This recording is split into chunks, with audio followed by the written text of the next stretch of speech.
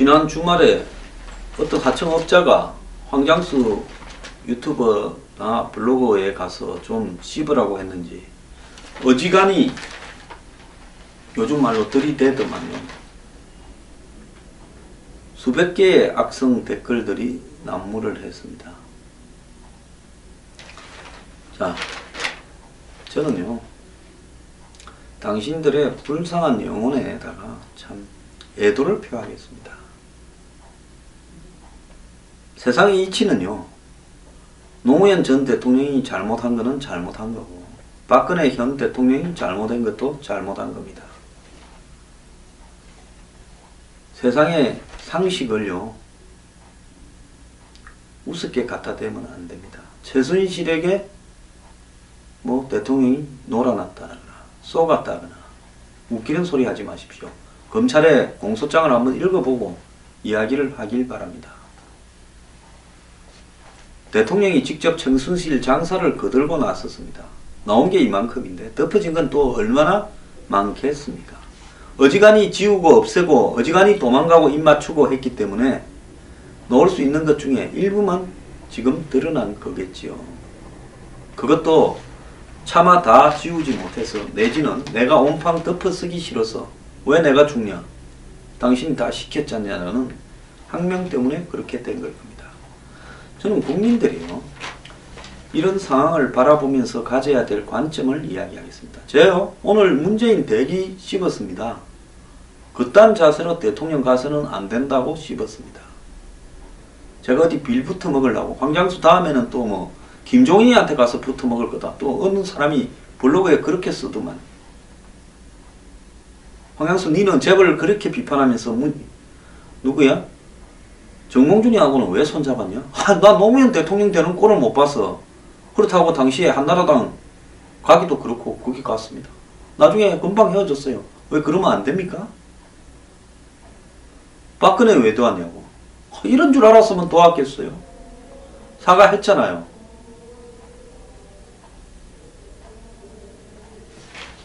나한테 그렇게 도덕적이고, 예? 행동의 올바른 원칙을 주장하는 너희들은 그래, 그렇게 도덕적이라서 쟤한테 와서 거짓거리를 합니까? 정말 쓰레기들이 곳곳에 썩어나고 있습니다. 세월이 좀 지나보세요. 누가 옳고 그른가 금방 밝혀질 겁니다. 그렇게 3인방 정윤회 찌라시 사건 때 저를 씹어대던 인간들이 있었습니다. 방송국에 가서도 씹어대고, 방송국 앞에서 제가 딱하다고 저를 위해서 시위하는 사람 앞에 나와서 씹어댄 인간들이 있었습니다. 맹색이 보수 리더라는 인간들이요. 또 그 다음에 지도 팩 먹었을 때 저한테 와서 같이 해보자고 어쩌고 저쩌고 했습니다. 이제 또 그 짓 하고 있습니다. 저는 그때도 씹었고 지금도 씹었고 한 번도 변하지 않고 제 위치에서 가고 있습니다. 좀 있으면요, 자기들이 한 말과 행동이 부끄러워서 쥐구멍에라도 들어가고 싶은 사람도 있을 거고, 이건 양심이 있는 사람이고, 양심이 없는 인간들은 또 내가 언제 그랬냐는 듯이 말을 바꾸고 또 머리 쳐들고 살 겁니다. 무식해서 그러는 분들은 제가 이해를 하겠습니다. 그러면 왜 그렇게들 열심히 안 되냐? 저는 어디서 돈 안 받습니다. 내가 돈이라고 이야기합니다. 그래서 제가 하고 싶은 대로 말하고 제 소신에 따라 하는 겁니다. 나머지 사람들은 그 사람들한테 물어보세요. 자, 대중들도 각성하고 정신 차려야 됩니다. 오늘날 박근혜를 이렇게 만든 사람들 중에 여러분들도 포함되어 있고 저도 포함되어 있습니다. 저는 반성을 합니다. 일찌감치 반성을 했고 일찌감치 이렇게 가면 안 된다고 했습니다. 국민의당이 박 대통령 탄핵을 당론으로 확정했다. 비박계와 연대한다 이야기가 나왔습니다. 청와대는 국회 총리 추천과 관련해서 상황이 달라졌다는 입장이 제안 철회로 해석이 되자 정세균 국회의장을 방문할 때 박 대통령이 총리 권한에 대해서 한 말에는 입장 변화가 없다고 서둘러 진화를 했다고 합니다. 아직도 딜 치고 싶어서 쇼를 하고 있습니다. 정영국 대변인은 야당과 대화를 통해 풀어야 한다는 자세를 유지하고 있다. 야당의 주장에 일관성이 없으니 우리는 지켜볼 수밖에 없다. 이렇게 말을 하고 있습니다. 정 대변인은 국회 총리 추천을 요청한 입장은 유효하는 질문에 대통령의 제안에 대해서 야당이 계속 거부를 해왔고 여러 주장이 나오는 것 같다며 그런 상황이니까 좀 지켜봐야 될 것 같다라고 언급을 했는데 그럼에도 불구하고 총리 자리 주겠다라는 것은 여전히 유효하다는 겁니다. 총리가 박 대통령의 무슨 선물입니까? 총리 하나 줄게 공격 좀 그만해라. 근데 그냥 총리일 뿐이다. 아니 총리를 줄 게 아니라 패키지로 장관까지 다 주고 당신은 뒤로 빠지는 것까지 다 주라. 아니 총리만 좀 갖고 가라. 옛날보다는 힘이 조금 더 센 달콤한 총리다. 무슨 초콜릿 선물합니까 서로? 웃기고 자빠졌는데요. 저는 야권의 지지자라는 분들한테도 이야기를 좀 하겠습니다. 이게 옳은 겁니까? 지난 대선에서 편법이든 어쨌든 그렇게 주장하고 싶겠지만 국민의 선택에 의해서 박근혜 대통령이 당선되었고 문재인 후보자 승복했습니다. 나중에 뭐 이상한 소리 했지만 승복했습니다. 그러면 정권은 일로 넘어왔습니다. 자, 이 정권을 운영하다가 4년도 안 돼서 박근혜 대통령이 사고를 쳤습니다. 자, 그러면 사고를 쳤는데 대통령으로 계속 직을 유지할 만한 그런 도덕성과 권위와 리더십을 상실했습니다. 저래 놔놨다가 안 될 것 같습니다. 그럼 할 수 있는 것은 뭡니까? 탄핵밖에 없습니다. 촛불로 하야해요. 그렇게 물러난 대통령 전 세계에 하나도 없습니다. 시위가 격화되어서 유혈 사태가 일어나고 수백 명이 죽어야 물러납니다. 그렇게 되어서는 안 되지 않겠습니까? 저는 그걸 또 잘된 일이라고 생각합니다. 왜? 물러나면 모든 게 끝나버리는 이런 식으로 정리해서는 안 된다는 겁니다. 오늘날 대한민국의 민주주의 수준에 좌우에 있는 국민 여러분들은 책임이 없습니까? 책임이 있지요. 양쪽으로 패거리 나눠서 마치 무슨 프로축구 할 때 유럽에 쌈질하듯이 하고 있는 거 아닙니까? 알고 보니 그 축구는 도박사들에 의해서 승부 조작을 하는 축구였습니다. 그런데 그게 뭐라고 그리 싸웁니까? 오늘 한번 보십시오. 소수 재벌들이 여기가 되든 저기가 되든 유리하게 하기 위해서 양쪽에 돈 태우고 집권하면 돈으로 물들이면서 국민들 보고 양쪽 패거리를 나눠서 정치의 실상은 모른 채 고함을 질러라고 하고 있는 거 아닙니까? 똑같잖아요. 로마 시대 때 금투사 경기하고 뭐가 다릅니까? 그걸 보면서 열광하는 어리석은 우중들이 로마를 멸망하게 하지 않았습니까? 자, 술과 여자와 그리고 음식만 먹고 쾌락만 즐기면서 정치는 관심을 갖지 마라 하는 것처럼 정치를 바라봐서는 안 되는 겁니다. 좌에도 옳고 우에도 옳은 원칙이 서야 되는 겁니다. 자, 남은 것은 탄핵입니다. 탄핵 절차 밟아야 돼요. 그러면 정상적이라면 제가 처음에 뭐랬습니까? 지리하고 고통스럽더라도 법적인 절차 탄핵을 통해서 이 문제를 해결해야 된다. 법에 맡기고 그 과정에 인내를 해야 된다. 이것이 제가 말한 이야기였습니다.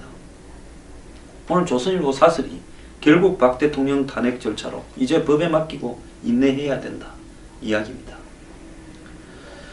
자, 이런 부분에서 탄핵을 가급적 빠른 시간에 최대한 혼란 없이 마무리 지어야 되는 겁니다.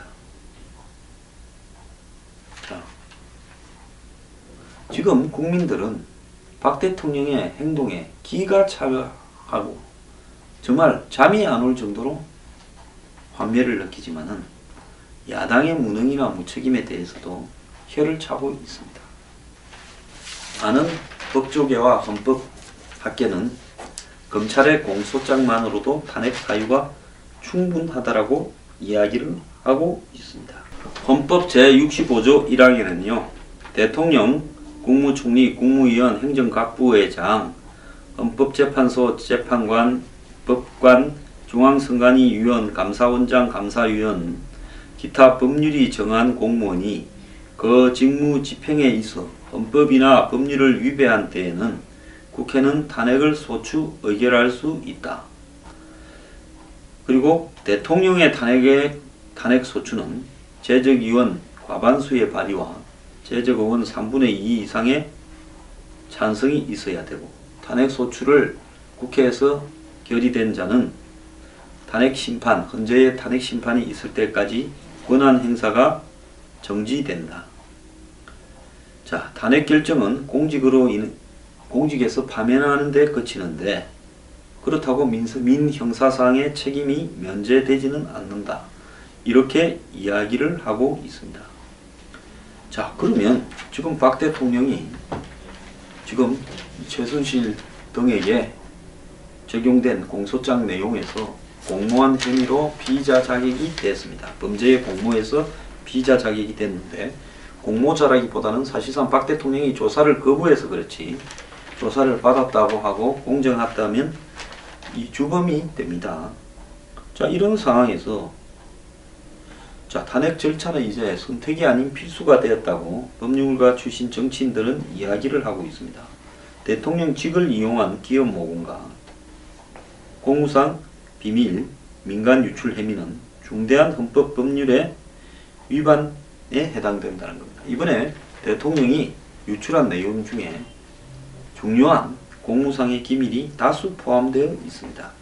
올 4월까지 유출된 문건에는 감사원장, 미래창조과학부 장관, 국정원 2차장, 문화재청장 등 정부 고위직 인사와 관련된 문건도 있다고 합니다. 자, 최근까지 유출이 이루어졌고 그 분량도 180건이나 되는 걸로 드러났답니다. 어지간히 폐기했으니 폐기한 것까지 포함하면 이보다 훨씬 많았을 겁니다. 그래서 최순실이 도대체 어디까지 국정 개입을 했는지 이해가 가지 않는 거고요. 정호성이 인편으로 이메일도 했지만 직접 하드카피를 뽑아서 인편으로 최순실에게 전한 내용도 많다고 하고 있습니다. 최순실 씨 땅 주변 개발 정보까지도 유출되었다고 합니다. 자, 이쯤 되면 대통령이 저지른 혐의가 탄핵의 착오도 많습니다. 자, 그러면 탄핵에 가는 거고요. 어제 여당에 이 비박들이 모여서 회의를 하지 않았습니까? 자, 35명이 참석했는데 그 중에 32명이 탄핵에 동의를 했다고 합니다. 야권 이탈표만 없으면 탄핵에 가는 거죠. 저는 그렇게 생각합니다. 탄핵에 갔다가 국회에서 부결을 하면 국민들이 아마 그 국회를 용납하지 않을 겁니다. 헌재에서 기각을 하면 국민들이 그 헌재를 용납하지 않을 겁니다. 그때는 감당해야 될 일들이 있겠죠. 그렇기 때문에 검찰이나 헌재나 다 국민을 눈치를 보는 데는 상당히 뛰어나지 않겠습니까?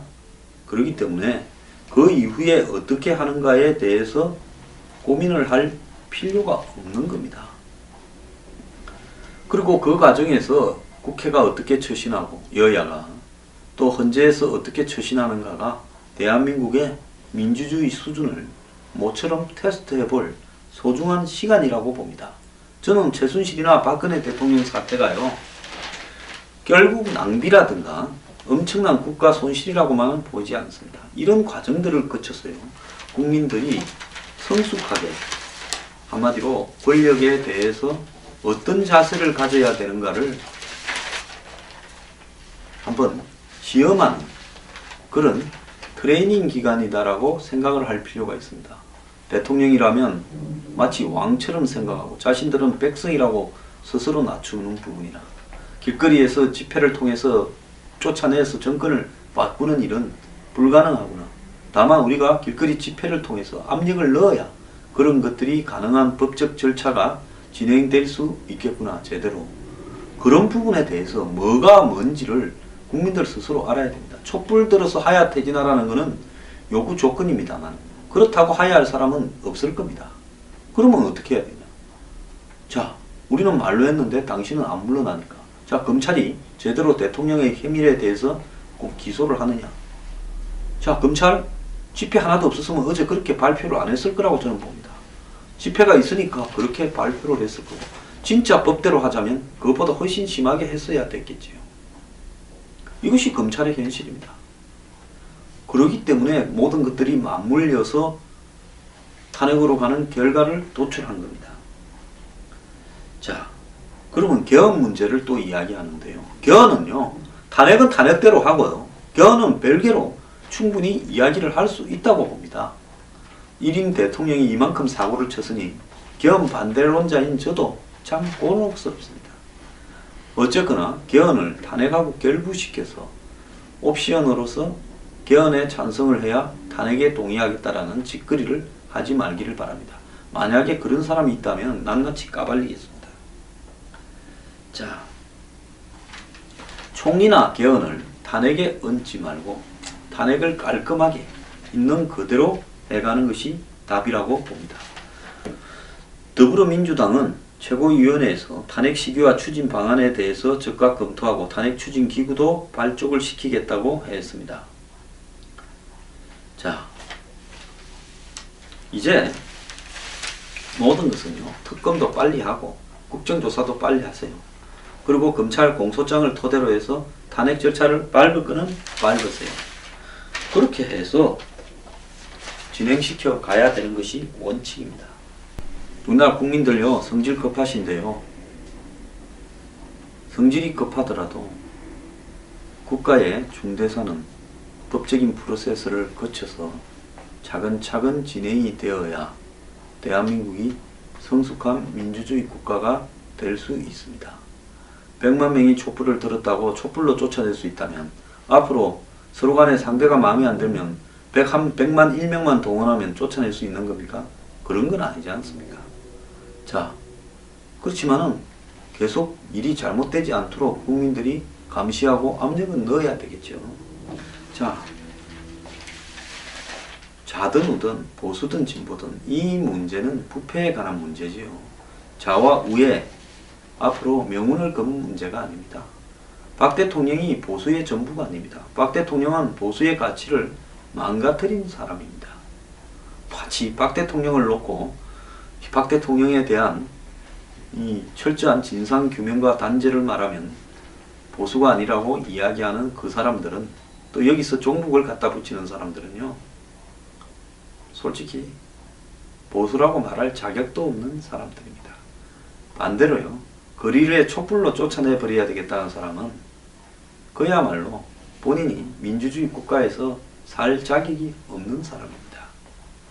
믿고 죽이고 싶더라도 법적 절차를 통해서 끌어내리고 법적 절차를 통해서 단죄를 해야 되는 것, 그것이 민주주의입니다.